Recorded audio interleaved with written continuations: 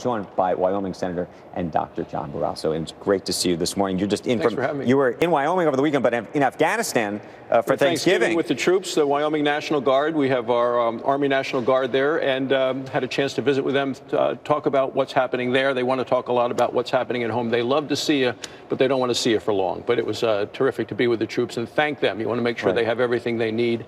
They do, and they miss their families. No, that's an amazing thing that you do. This is the 8th time you've been there. Yeah. Let's talk about healthcare. Sure. And let's talk about realistically what you think can happen over the next 100 days and how it's going to impact the healthcare industry. Originally, when Donald Trump was first elected, healthcare stocks shot to the moon, and then they've come back a little bit. There's a lot of concern over where this is all going to shake out and what it really looks like in practice.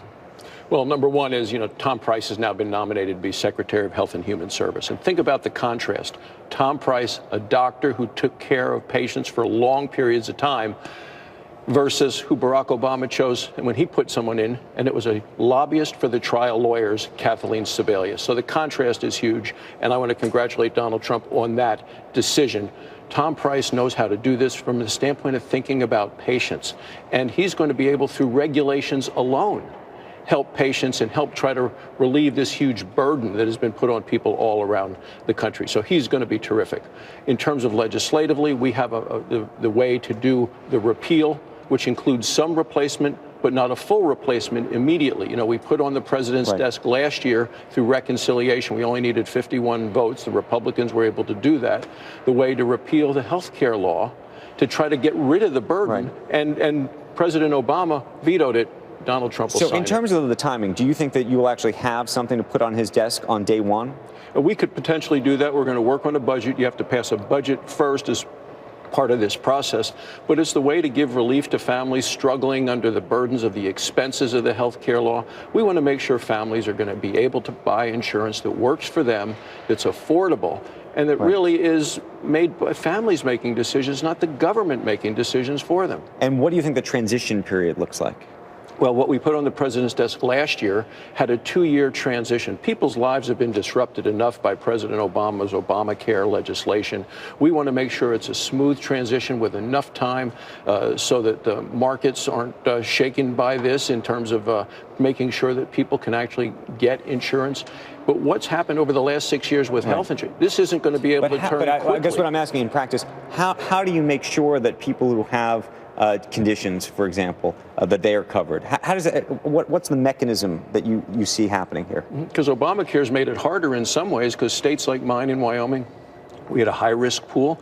People that have pre-existing conditions can obviously keep the insurance they have, but so many people have been gaming the system under Obamacare. We need to make sure that it's a fair, level playing field for people, but you want to take care of people with pre-existing conditions. My wife's a breast cancer survivor.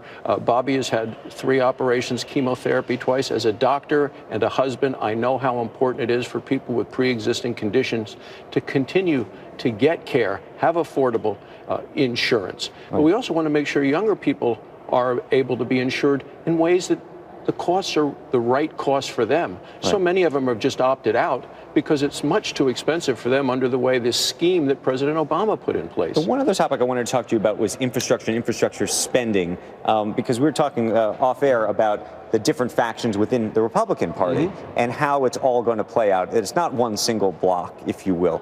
How do you see the spending issue, if you will? Well, that's the issue, is how do you pay for this? Who pays for it over what period of time? As we talked, I'm going to be coming in as chairman of the Environment and Public Works Committee that has a lot to involvement with infrastructure. And we think that I think what Donald Trump has proposed in infrastructure is very important. It's also expensive. And the question is, can we use money brought back from overseas with tax reform, and how does that play into the funding of this? But there are lots of people on the Hill who are concerned about the size of the debt, the issues related to that, and we want to make sure that it's responsible in the ways that we pay for some of the infrastructure projects that Donald Trump has talked about. Okay, Senator, it's great to see you. We appreciate your time this morning. Thank you so very, very much.